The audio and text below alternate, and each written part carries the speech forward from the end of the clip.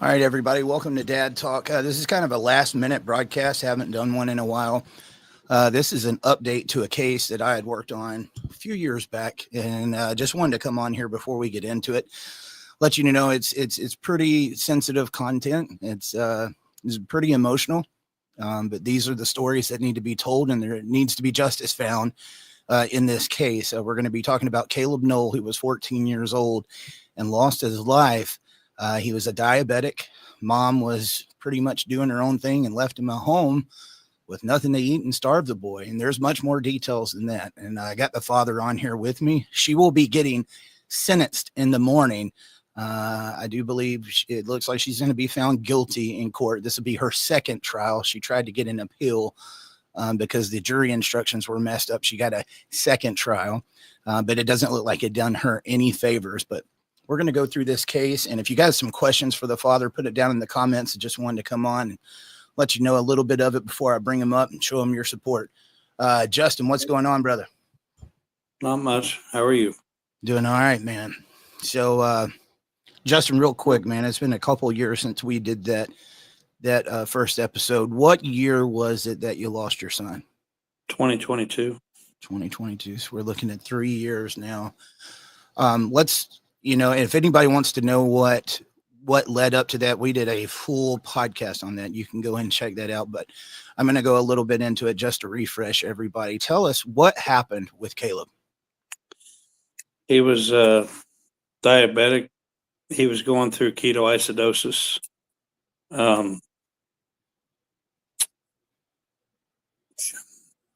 Took him home, and story is she went upstairs and went to sleep, and he must have, according to her, she went upstairs, went to sleep, and when she came downstairs the next morning or the next day around 1 something in the afternoon, he was unresponsive. There's a lot of rumors going around as to what really happened. The jury or the court had assessed that they couldn't prove that she left the house, of course. So the story is she went upstairs and went to bed.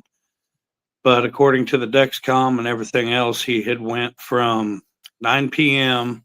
the night before to 1 p.m. the following day. No food, no water, no medicine, no blanket, no pillow. Didn't even put a trash can by him, so if he threw up, he could go in there. She just left him on the couch. Yeah. And he died alone. Yeah, man. We're going to make it through this one, brother. So, I mean, I'm allowed to give my opinion on a podcast. I mean, I just believe she was a sorry mom, and I don't know that I believe that she was there at all. It sounds like he starved and was at home alone, and he didn't really have a parent there. And he could have had you. That was the sad thing about this. How long had you been fighting trying to get Caleb, Justin? Well, when we first split up, I mean, I always wanted him, but I guess there wasn't no call for it. While she was living with her husband at the time, things were good. He was healthy. Everything was good. His stepfather took very good care of him. And I'd say sometime around December of 24 when she moved out. So from December of 2024, within that 6 months, everything went just downhill and that fast. You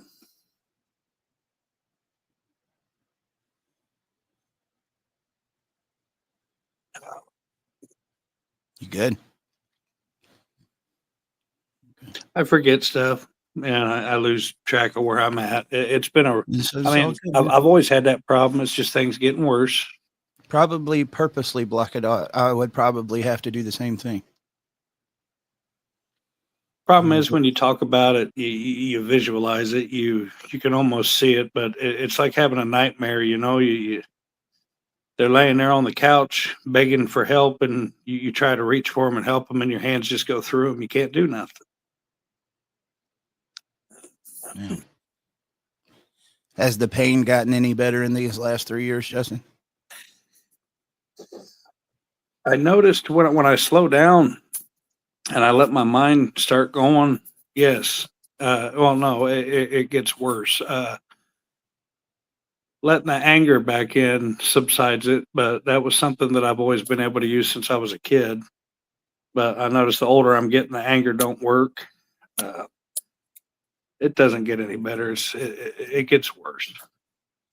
And honestly, the first time through all this stuff, I heard rumor that there was a photograph taken, and I think I might even brought it up, and I believe I mentioned that I accidentally got a glimpse of it while the prosecutor was showing me something. There was an accidental showing of it, and it was just like a fast, like what was that? You know, well, about a week ago, 2 weeks ago, I think I had asked. I said I need to see it because what I was imagining in my head. Uh, I was like, maybe if I see the real thing, it won't be so bad. Yeah. And that's probably the dumbest thing I did. They tried to talk me out of it, but I was adamant. It's like, I have to know the truth. And I shouldn't have looked, but in a way it helped because everything she said was a lie. And it's proof. She swore to me that picture didn't exist. My mother was lying to me because she had confided to my mother that she took it. She even showed my mother, and my mother tried to tell me about it. And I questioned Ashley about it. She, of course, lied, but that's one of their main evidence things. The police officer that was doing the investigation found it on her phone. And unfortunately, his stepmother, Courtney, my girlfriend, which I say she's his stepmother because she took very good care of him. While we was in the courtroom, of course, they were going through the text messages and talking, and they accidentally showed the photograph up on the big screen. Mm. And after all this time, my girlfriend had finally seen it, and she's not doing too well either. I can imagine. Uh, there's just And some Justin, things you don't want to know. Justin, I hate to do this, but I just want to ask, so we can get an actual full picture of this thing. What was in the picture? The same outfit that he was wearing the day he left. He was laying on the couch. His arms were, if I remember correctly, they were down to his side. His head was slightly cocked to the left. His eyes were wide open, and they were like he was looking at something, and his mouth was open. It's like he was trying to gasp for air and just ran out of air. His eyes were open. And I remember what the house looked like, and I'm looking at the picture. I remember where the couch was. The way what's going on in my head is he was laying on the couch, couldn't move, needed help, and he was staring at the door. And where he would have been laying on the couch, all you'd have been able to see is the top of the door. He was waiting for the door to open for help, and it never came. That's why I believe he was by himself. Even the neighbors proved that when she was carrying him in the house, he couldn't. She said that it seemed like he was drunk. She was practically dragging him in the house, and then from their story and that picture tells me she took him in the house, laid him on the couch, and did God's knows what from there. Dude, I mean, let's be honest. Whether she was at home, whether she wasn't at home, her duties as a mother weren't fulfilled. The boy was a diabetic. He wasn't being taken care of. It was sorry as hell either way. The other thing, apparently he was diagnosed, not only was he diabetic, but at one of his appointments, which I found out in the reading of the articles, he had pancreatitis as well. Nobody ever told, she never told me that. I didn't know any of that. Yeah. I depended on her telling me everything because she was the one that had access to the doctors. And that's something else we found out. There was a whole 10-month stretch that he never even went to the hospital. I thought Children's Services wasn't doing anything. They were there. There was a children's hospital had a huge case going against her because she was supposed to be taking him every 3 weeks or every 3 months, and he hadn't been to an appointment for 10 months. But she would tell me every time he came, she was changing his insulin doses, and she was telling me that the doctor told her that that's what it was. But come to find out, she was self-diagnosing it. Mm.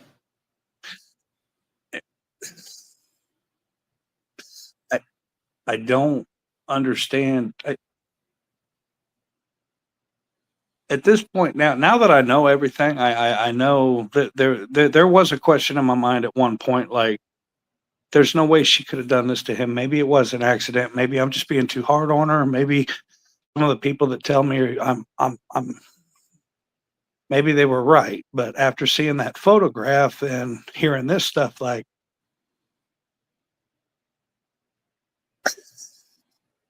as if it was planned.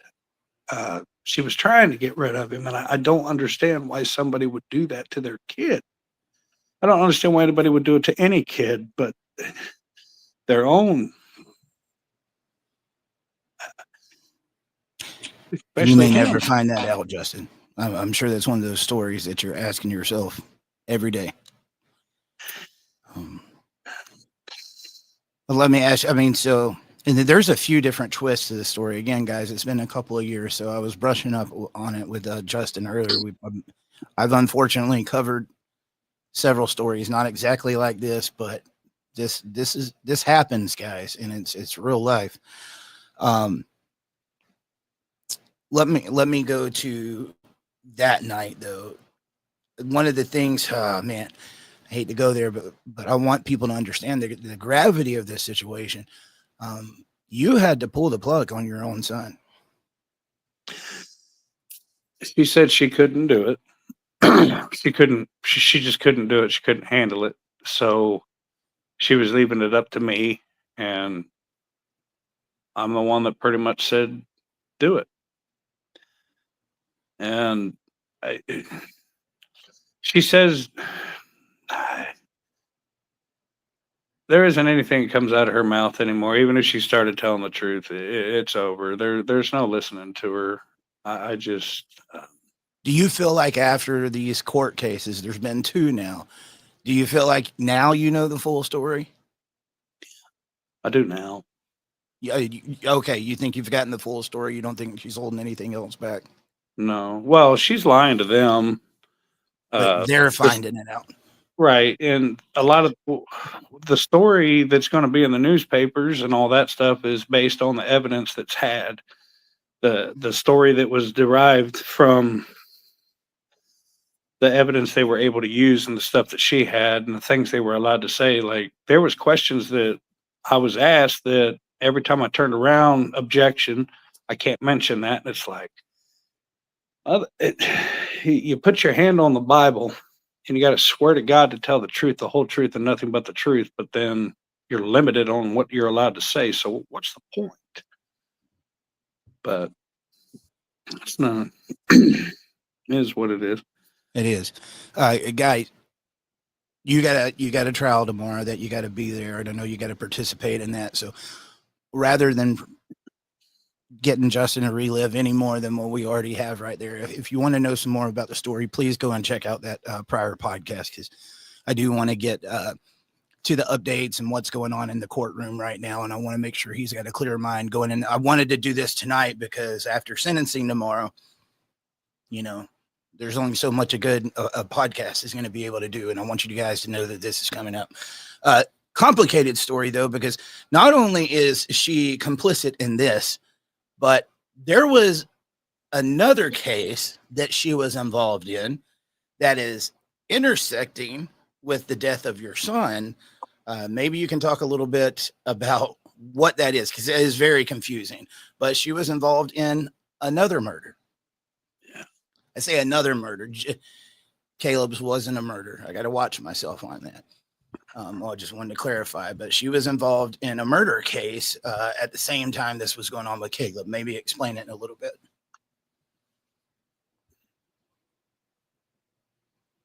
It's a fella named Corey Fleming. Dean Baker had shot him, and him and Ashley did some horrible things to his corpse and took him to a place in I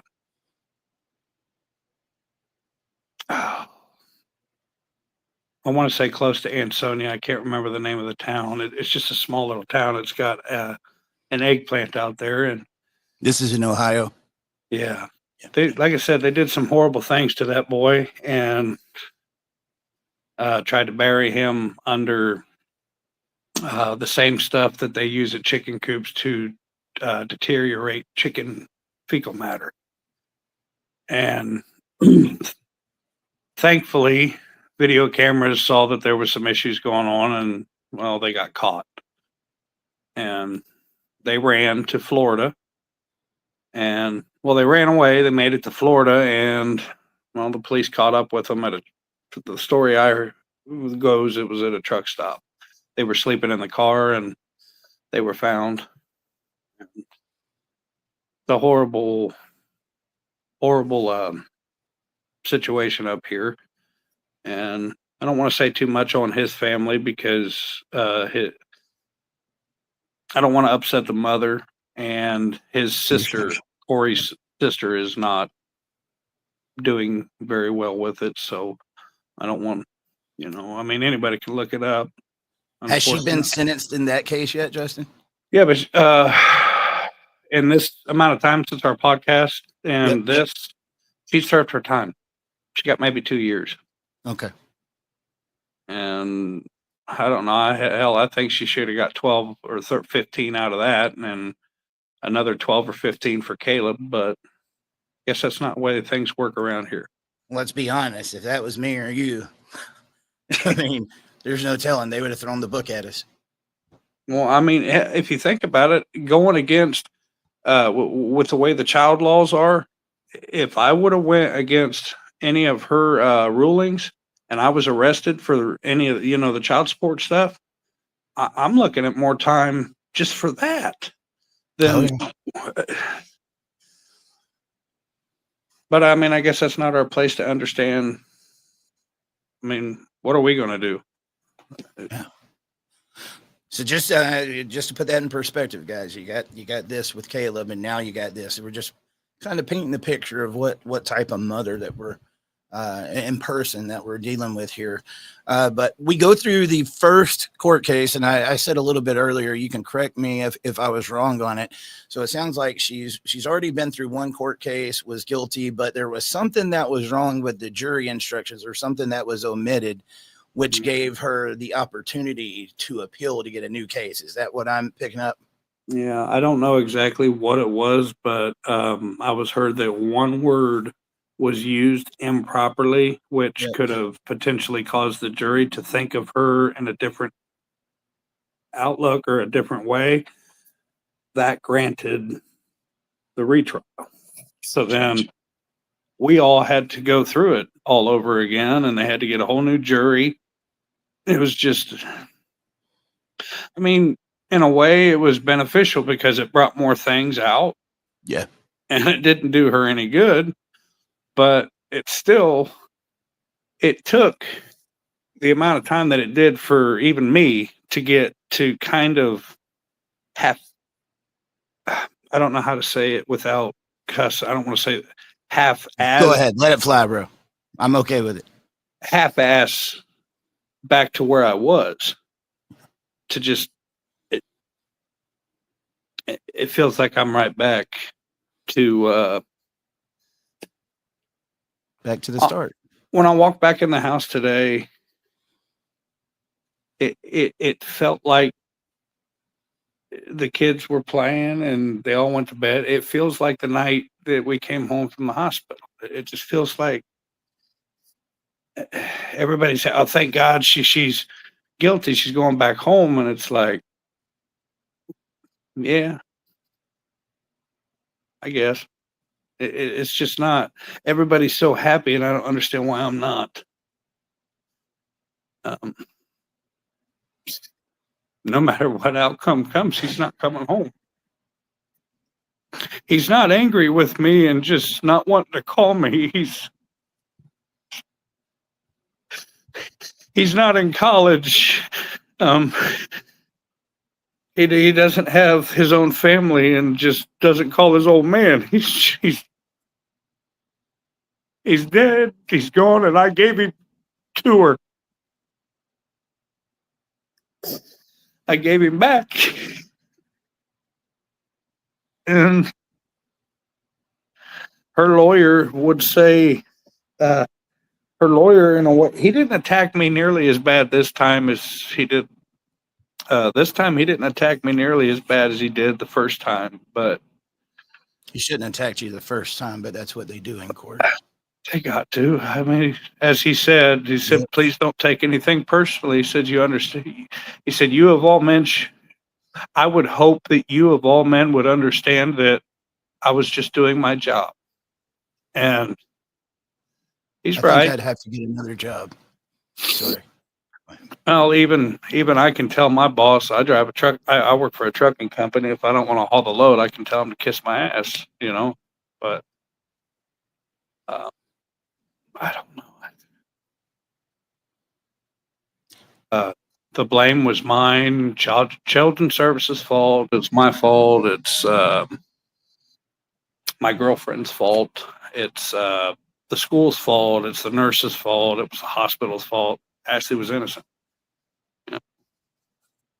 She's a single mother going through a rough time. It's hard, to be a single mother nowadays.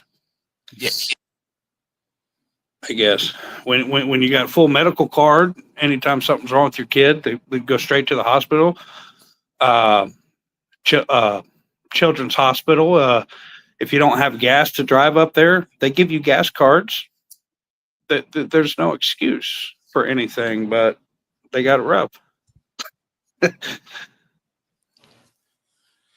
So what's you gave Caleb back that night because that was a part of your parenting agreement that you had, and from what I'm picking up on, you're putting guilt on yourself from giving him back, which I guess that would happen with anybody, man. But you did what you thought was right, Justin. So I just wanted to make sure I made that point right there, man, because don't beat yourself up over that. You're fighting for your son. There's nothing we can do to change those results, man. But as don't a beat father, yourself up, please. As a father, ignorance is no excuse.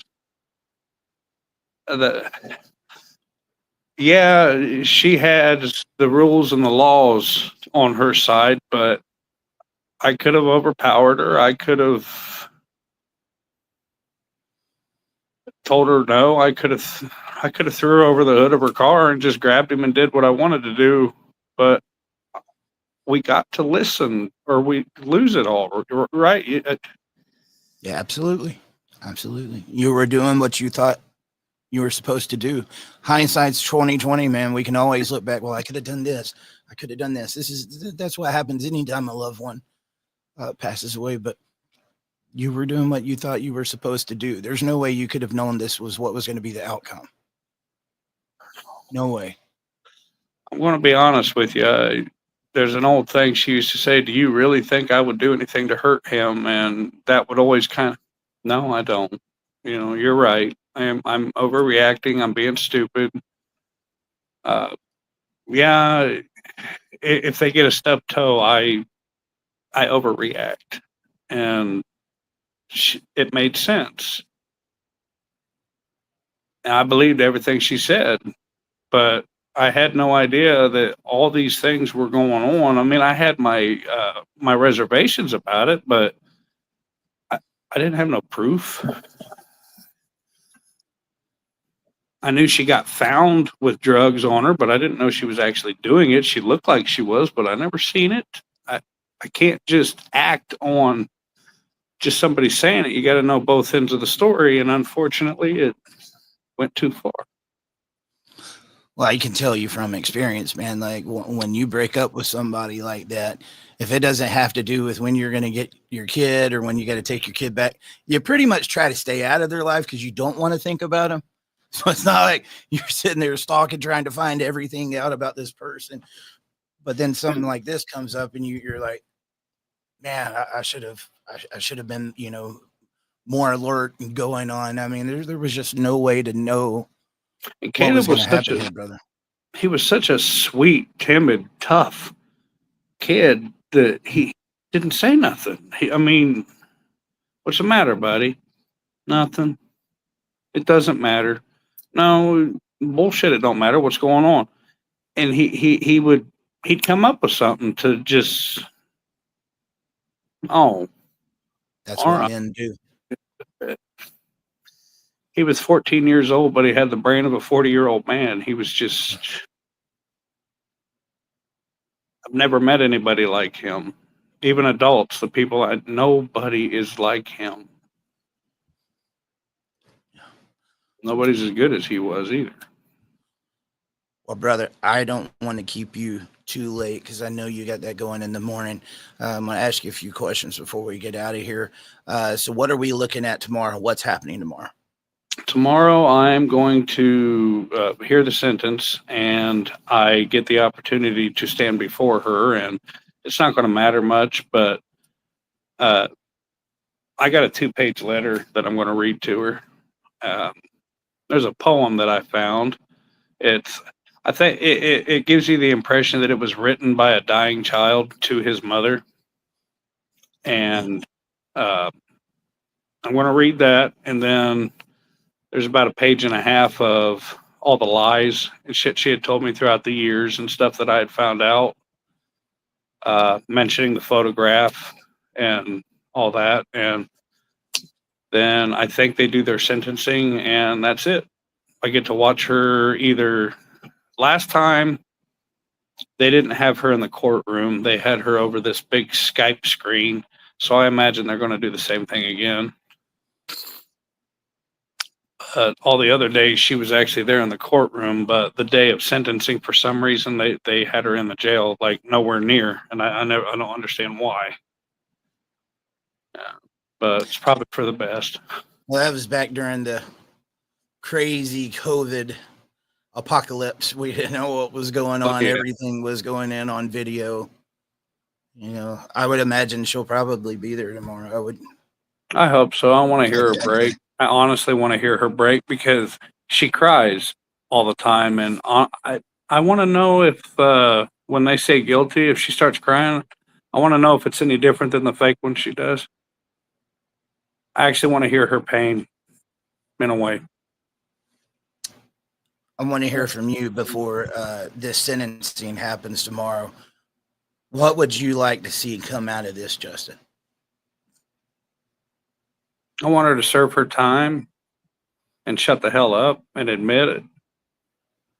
I don't ever want to see her walk the streets again. So beyond that, I don't particularly know.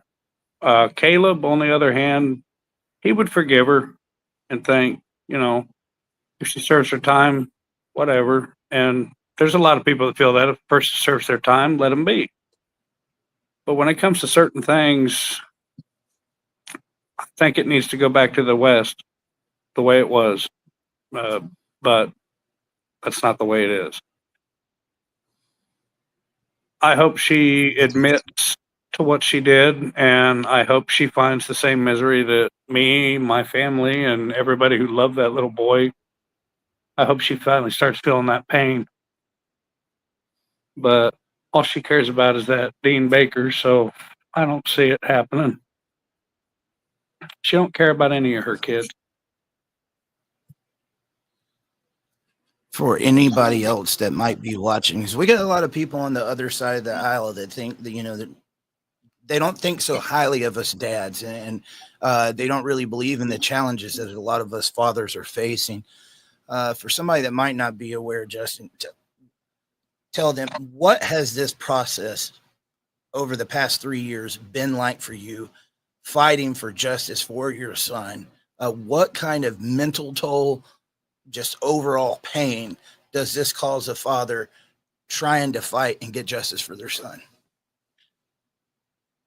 Well, I'm going to be honest. It's a living hell. I mean, hell, just from the time the 3 years she's been dead, I've aged 10 years. It's heartbreaking. It's flooring. There's no fixing it. It's just, it's hell on earth. And I understand some things are set in place because there's men out there that just don't give a damn about their kids, but the guys that are getting crucified on it are the ones that do. And Amen. but all I can say is all these years of her telling me I have no rights, I can't do this, I can't do that, I have to have her permission to do anything with him. Or if I go against her, I'm going to go to jail. I'm going to lose my other kids. I found out from her lawyer that it's all bullshit. If you have a gut feeling something's going on with your kid, don't do anything stupid, but follow your heart and take care of that baby because somebody else isn't. 100%. Otherwise, you're going to be living the rest of your life talking to your daughter or your son on a shelf. And that. You think it's bad when you're standing in front of your 16-year-old son's room trying to talk to him and he won't talk to you, but you try talking to an urn. You tried to explain to your 8-year-old son why you're talking to it. Try to explain to your 8-year-old son why you're talking to a bookshelf.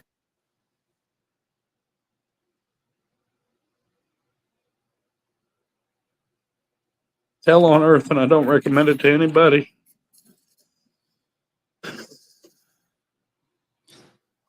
Brother, you got a community here that's behind you. And please let me know the updates tomorrow. I hope the maximum is served. I hope you get a good night's sleep. Try to get your mind at ease. And maybe the second trial will be a blessing in disguise, But well, might get lucky and get 11 years, but at least 8. Just it doesn't make sense to me. I won't lie. But I mean, 8 years is better than what the alternative was. If they would have said not guilty, she'd have been released today. So I guess there's a blessing. But I appreciate everything you do, man. And if there's any fathers and dad and kids that you can save out there, you're going to be one of the ones to do it. And I wish there was more people that had your strength. And I'm glad I was introduced to you. And thank you for everything you do. Yes, sir, man. Justin, before we get out of here, any last words you'd like to give to Caleb on the way out? Daddy still loves you, and I never stopped. I'm not going to stop. I can't wait to see you again. I love you.